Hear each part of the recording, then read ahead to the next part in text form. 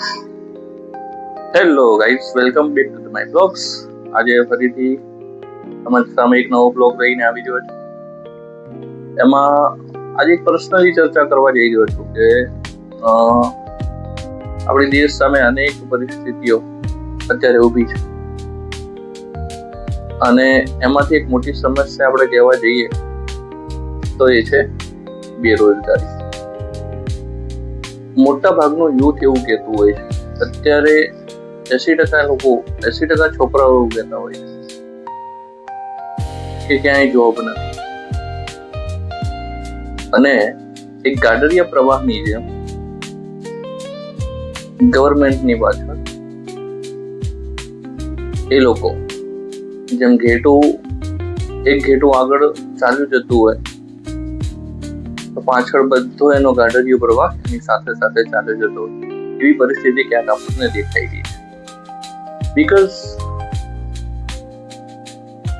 આપણો દેશ એક ગ્રામ્ય પ્રધાન દેશ છે, ગામડાઓથી ભરેલો દેશ છે. મોટા ભાગની પબ્લિક એ ગામડાથી બિલોંગ કરે છે. તો આ લોકોને યોગ્ય ડાયરેક્શન નથી, જેથી કરીને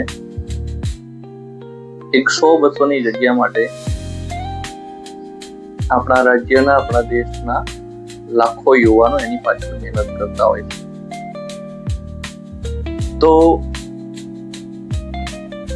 અને એના કારણે પોતાની જિંદગીના જે કહેવાય ને ક્રીમ યર, તમે 20 વર્ષથી માંડીને 30 વર્ષ સુધીમાં તમારી જર્નીમાં ઘણું બધું મેળવી શકો છો અને એ જર્નીમાં, એ તૈયારીમાં ગુમાવી દેતા હોય છે અને પછી એવા પડાવ ઉપર ઉભા રહે છે કે જ્યાં એમને કશું જ મળતું હોતું નથી.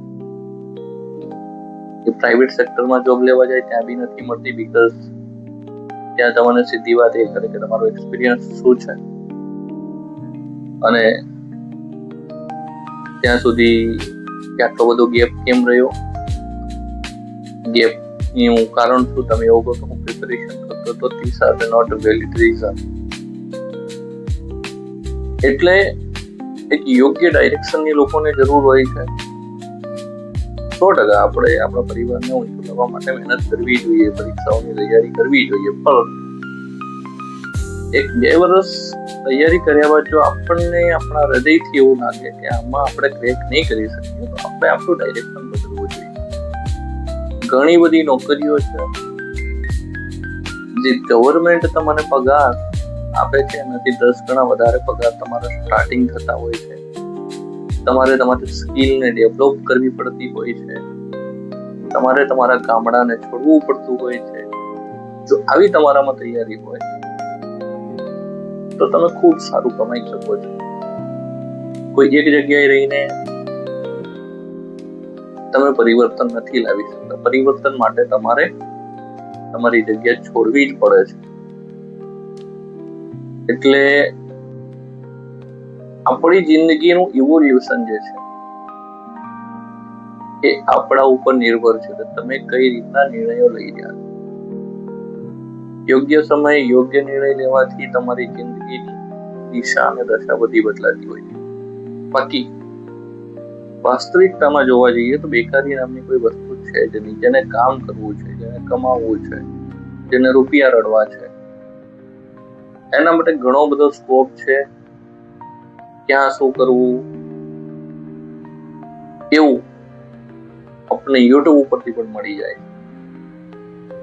તો મિત્રો, તમે બધા તમારી પરિસ્થિતિને બદલવા માટે મહેનત કરો. યોગ્ય છે સરકારી માટે 2-4 વર્ષ અગાડ, પણ એના કરતા મેક્સ ટુ મેક્સ તમારા જે વર્ષ છે એની અંદર એક તમે ડિસિઝન લઈ શકો કે ભાઈ 1-2 વર્ષ મહેનત કરી, એમાં ક્રેક થાય એવું તો પછી દિશા બદલીને એક નવો રસ્તો પસંદ કરો ને એ રસ્તો તમારે સફળતા સુધી લઈ જશે. Because our life is ultimate purpose is money. ક્યાંય જઈએ આપણો છેલ્લો પર્પઝ તો પૈસા જ છે અને પૈસા માટે જ કામ કરવાનું છે. સરકારીમાં જઈને કદાચ તમને માનવું થોડો વધારે મળશે, પણ છેલ્લો પર્પઝ તો તમારો પૈસા છે, પૈસા કમાવાનો છે. આવી રીતે મારું લોકોને કેવું છે કે કોઈ પણ કોઈ પણ ક્ષેત્રમાં મહેનત કરો, પણ સમયનો દુરુપયોગ કર્યા વગર જો તમે તમારા સમયને બગાડતો, તમારી જવાનીના સમયને બગાડો, તો તમે ક્યાંય નહીં રહો.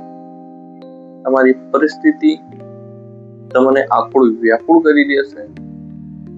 એટલે ઘર છોડો, કમાવા માટે બીજે સ્થાનાંતર કરો અને ત્યાં જઈને તમારું એક યોગ્ય સ્થાન બનાવો, તો તમને કોઈ પણ જાતની તકલીફ નહીં પડે. મોટા શહેરોની અંદર કેટલી જોબ છે, તમારી જેવી સ્કિલ, તમારું સ્ટાર્ટિંગ 25-30 હજારથી ચાલુ થાય છે.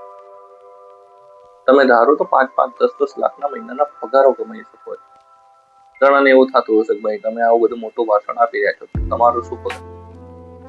પણ એક મારી પર્સનલ મેટર છે ને આ બધી વસ્તુ કહેવા જેવી હોતી નથી, એટલે હું તમને શેર નથી કરી શકતો.